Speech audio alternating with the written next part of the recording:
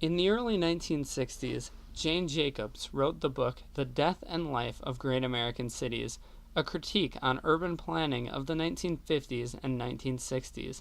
The theme of her book was an explanation into what was killing cities and how they could be remade to be great once more. Her main focus is how crucial lively and walkable streets are to a city's well-being. The book has gone on to become the most famous urban planning book in history, mostly due to the fact that it is still very relevant today.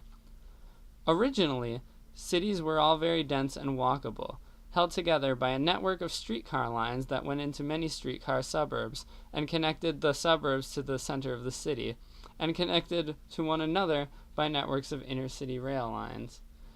While the invention of the automobile created new issues, mass transit systems remained strong, with their highest ridership in history during World War II.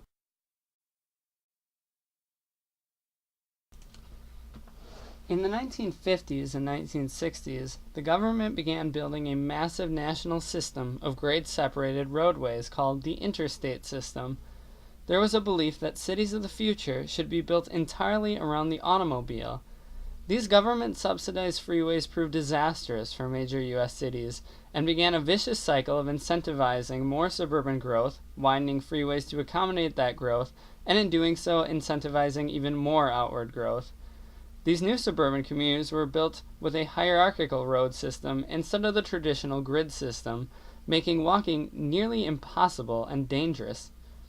Another feature was the ED cities, where many corporations and later high-tech companies would move out to. These were too built only for the car and could not be served by any form of transit efficiently. The assault was a double-edged sword. While jobs and people were lost to ED cities and suburbs, planners attempted to revitalize inner cities by building housing projects, destroying the urban fabric of many cities, and usually making things even worse.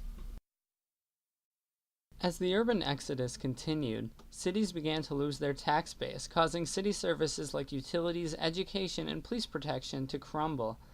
These failed services drove out still more people, and cities attempted to raise taxes to make up the deficit, causing the vicious cycle to continue. This cycle became known as white flight, and between 1950 and 1990, almost all U.S. cities that could not annex more suburban land experienced dramatic population declines.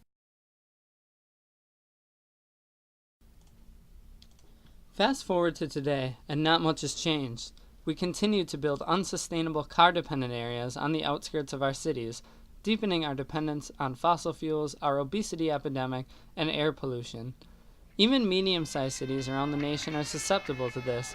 You may not notice the effects if you are living in a dense urban environment like downtown Madison, but Madison, being the fastest-growing major city in Wisconsin, is experiencing record levels of sprawl. While the Madison city proper expanded by 25,000 people in 10 years, the metro area grew by over 68,000, the equivalent of adding the city of Oshkosh in the metro every 10 years. Most of this growth is in car-dependent areas, and thus traffic congestion in the metro area is beginning to increase more rapidly. In fact, by 2030, the Wisconsin Department of Transportation expects many arterial roads in the city proper, including the Beltline, to become choked with congestion, and commute times to double.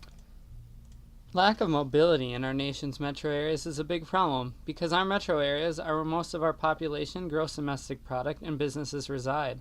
Maintaining a high quality of life here in these economic powerhouses is needed to ensure the continued vitality of our modern information age economy. Many economists joke that ED cities will be the urban renewal projects of the future. We must rebuild these ED cities to be walkable, include a mix of uses, and to be served by mass transit, and build new suburban areas to the same standards. Projects like these are already underway in Tysons Corner and suburban Madison.